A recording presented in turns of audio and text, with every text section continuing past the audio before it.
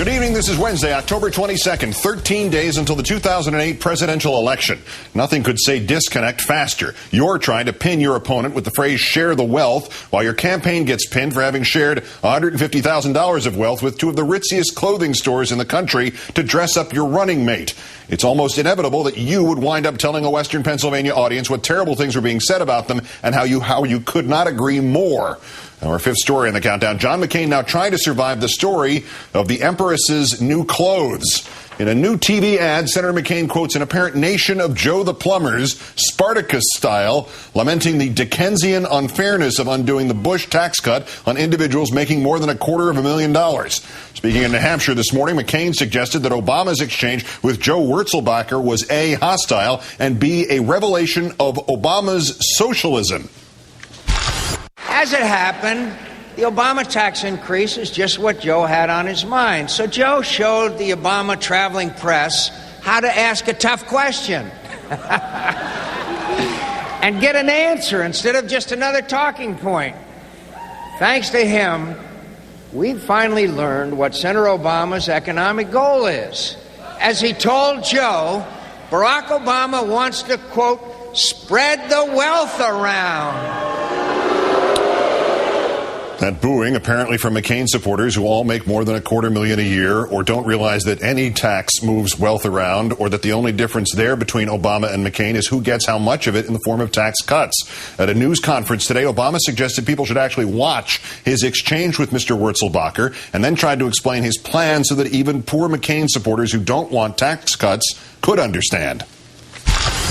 What we're talking about is on those folks making more than $250,000 a year, going back to the tax rates that existed under George W. Bush, going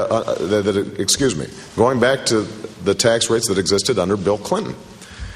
And the irony is that when George Bush proposed the original tax cuts that lowered tax rates for the wealthiest Americans, who objected?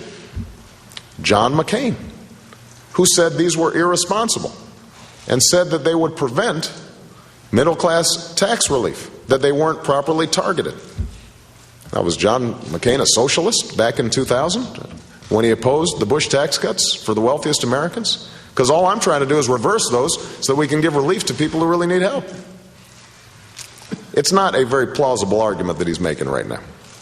And I think it's an indication that they have run out of ideas. Okay? But if McCain 08 finds himself at odds with McCain 2000, he may have a bigger rivalry to worry about, the conflict between McCain 08 the message and McCain 08 the messenger. Witness, for instance, Senator McCain's pushback last night against Congressman Jack Murtha's recent recanted criticism of pockets of Western Pennsylvania as racist. Here's how Senator McCain began.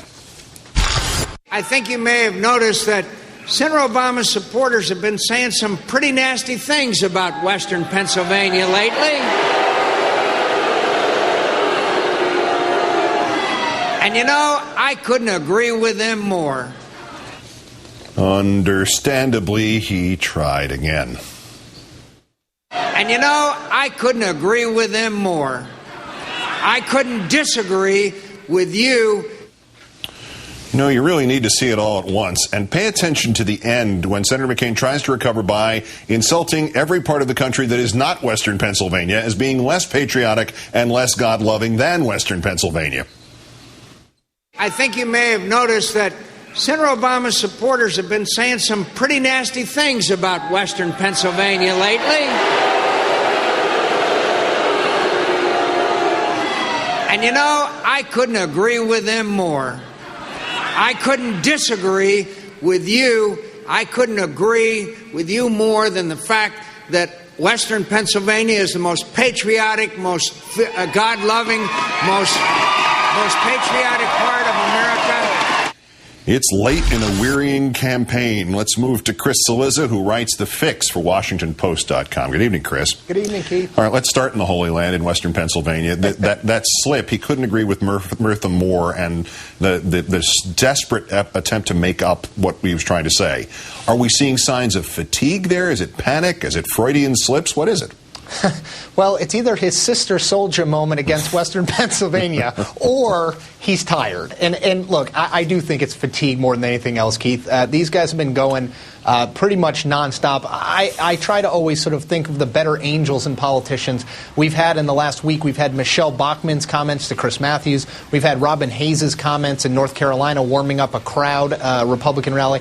And we've had Jack Murtha's comments. I like to think that's because we're toward the end here. These politicians are tired. They're under a lot of pressure, and they tend to make a slip or two. I use it as an insurance policy on myself, Keith, not to bash them too much in case I say something at some point.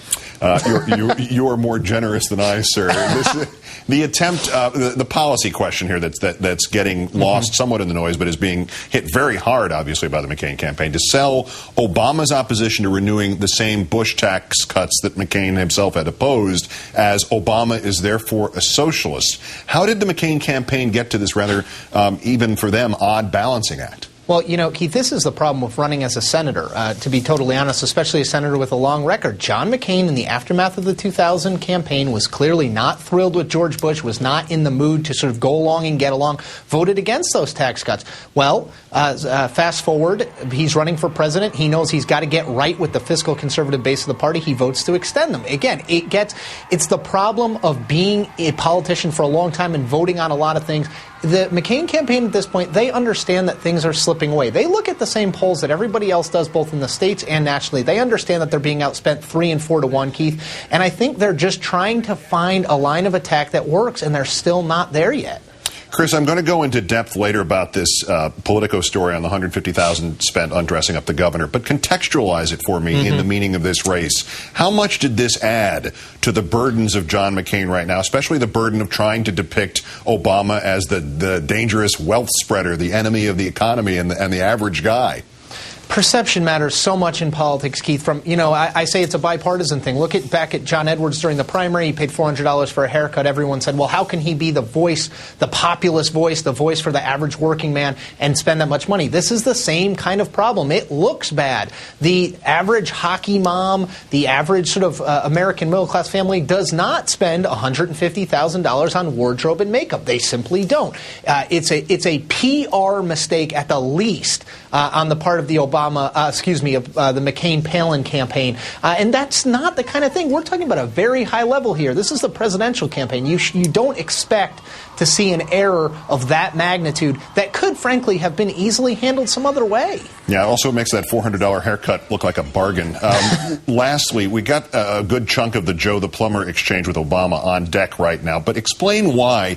Why is McCain still harping on this and has been to the point where, dogs are starting to bark when they hear the phrase Joe the Plumber, when all polling suggests it hasn't gotten him significant traction? Who would have thought Joe the Plumber would have been the phrase in the drinking game in the third debate that would have gotten you drunk? I was going with my friends, but they think that the McCain campaign believes that it in fact has gotten them traction. Now they cite internal polls of their own that show that white men, both college educated and non-college educated, have bounced back with this economic attack using Joe the Plumber as a way to get into it. Again, McCain has to find a way to become empathetic with your average working family, average working voter on the economy. They think Joe the Plumber's it. It's clearly not the silver bullet, Keith. There's no question about that. But remember, he's really struggling, and there are 13 days left. The clock is ticking. Chris Cillizza, writer of The Fix at WashingtonPost.com. Always a pleasure, sir. Thank you for your time tonight. Thanks for having me, Keith.